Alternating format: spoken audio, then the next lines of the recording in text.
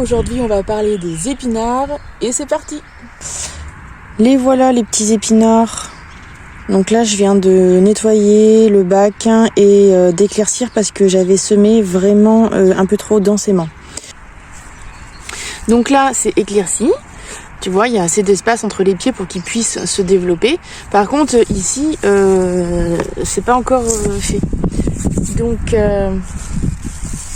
en fait, tu choisis les plus beaux pour les garder.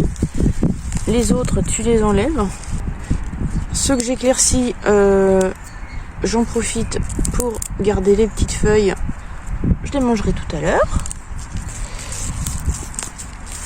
Voilà, faut pas trop hésiter, hein. On a envie de tous les garder forcément, c'est dommage. Mais si on les garde trop serrés, de toute façon, ils vont pas se développer. Donc voilà la différence, hein. C'est beaucoup plus aéré, on y voit plus clair. Et puis vraiment, là, ils vont pouvoir se développer. Ils vont pouvoir prendre de l'ampleur, les feuilles vont être plus grosses. En plus, ça sera plus facile à récolter. C'est que des bénéfices. J'en profite pour te montrer le système racinaire d'un épinard. Voilà, ça fait une racine pivot, très très longue quand même, hein. On voit qu'il va chercher en profondeur. Mais après, il n'y a pas énormément de racines. C'est pas un système racinaire qui est très développé quand même.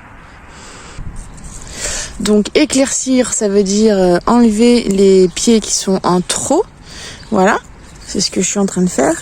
Par contre, bien sûr, quand tu récoltes tes épinards, tu n'arraches pas les pieds. Tu viens couper les grosses feuilles qui sont sur les extrémités. Voilà. Et tu laisses le pied en place parce qu'il va faire d'autres feuilles que tu viendras cueillir la prochaine fois. Ceux-là, ils ont passé tout l'hiver dehors. Je les avais semés au mois de octobre-novembre l'année dernière. Et là, on est actuellement au mois de mars. Donc, c'est aussi une très bonne période pour en semer si tu veux en consommer. Comme toutes les cultures, on n'oublie pas d'arroser. Et si tu veux avoir des épinards aussi beaux que les miens, reste bien jusqu'à la fin. Je te donnerai mon astuce. Comme je te le disais, mars, c'est le moment idéal pour refaire des semis d'épinards. Donc voici les petites graines, elles ressemblent. Voilà, alors si comme moi t'as encore perdu tes outils parce que tu sais pas où tu les poses, tu vas chercher un petit bâton, ça fera l'affaire. Tu creuses un petit sillon dans la terre. Voilà, tu fais ça bien, hein.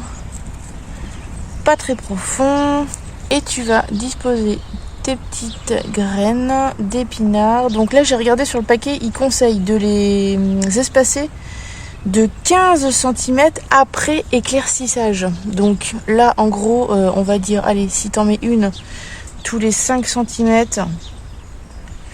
et que c'est des graines qui sont pas périmées, donc qui ont normalement un bon taux de germination, une graine tous les 5 cm, ça suffit largement. Tu vois l'épaisseur d'une graine? Donc, normalement, quand tu sèmes une graine, tu dois l'enterrer de sa profondeur. C'est-à-dire que l'épaisseur de la terre qui va recouvrir ta graine doit être égale à la taille de ta graine. En l'occurrence, une graine d'épinard, ça mesure environ 5 mm. Tu devras donc la recouvrir avec 5 mm de terre. Voici un autre exemple de graine, par exemple une fève. Elle mesure environ 2 cm. Tu devras donc l'enterrer à 2 cm de profondeur. Pour être sûr que tu comprends bien, je te fais un petit dessin. Mais en gros, voilà ce que ça donne en taille réelle. Ensuite, on va mettre un petit peu de terre de semis. Donc, ensuite, tu vas bien tasser la terre. Et tu vas finir par arroser.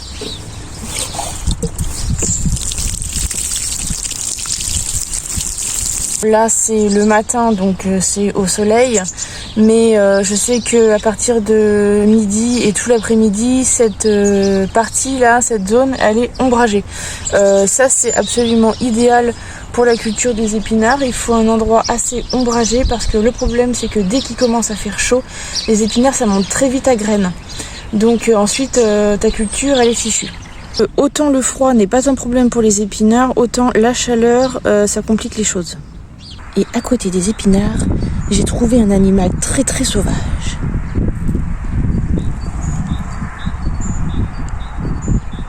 Oui, un petit chat. Miaou. Miaou. Oh, c'est dur la vie de chat. Très dur. Non mais sérieux, mais qu'est-ce que je vois? Mais il était carrément en train de couver les œufs des poules. Franchement, ça tombe bien parce que épinards et œufs, ça va super bien ensemble. Regarde-moi ça comme c'est beau. De toute fraîcheur, plein de vitamines, une jolie couleur, aucun pesticide. Bon bah ça tombe bien, en plus c'est l'heure d'aller manger, donc là je vais aller préparer ça en cuisine et puis bah je vais me régaler.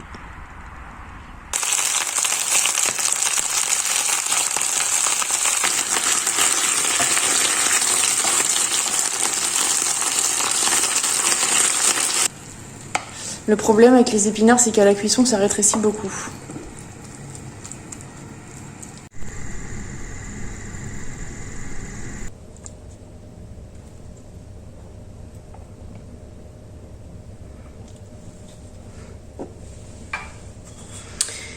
Et voilà, donc là ça va parce que je suis toute seule à manger à midi. D'ailleurs, quand ils vont savoir que j'ai mangé ça, ils vont être dégoûtés. Voilà, ça va être trop bon. J'espère que rien que pour ça, ça vous donne envie de vous mettre au jardin et de faire vos propres légumes pour pouvoir les savourer à la maison. Et en plus, on en retire une grande fierté. C'est vraiment un bonheur de consommer ses propres légumes. Allez, c'est parti, je vais te donner mon astuce pour avoir des épinards aussi beaux que les miens. Tu connais certainement ce très célèbre personnage de dessin animé qui s'appelle Popeye. Eh bien, figure-toi que Popeye, il adore les épinards. Et si tu connais Popeye, tu connais donc aussi sa femme, Olive. Olive qui pousse dans les oliviers. Eh bien, là voilà l'astuce, c'est que tout simplement les épinards se plantent absolument au pied d'un olivier.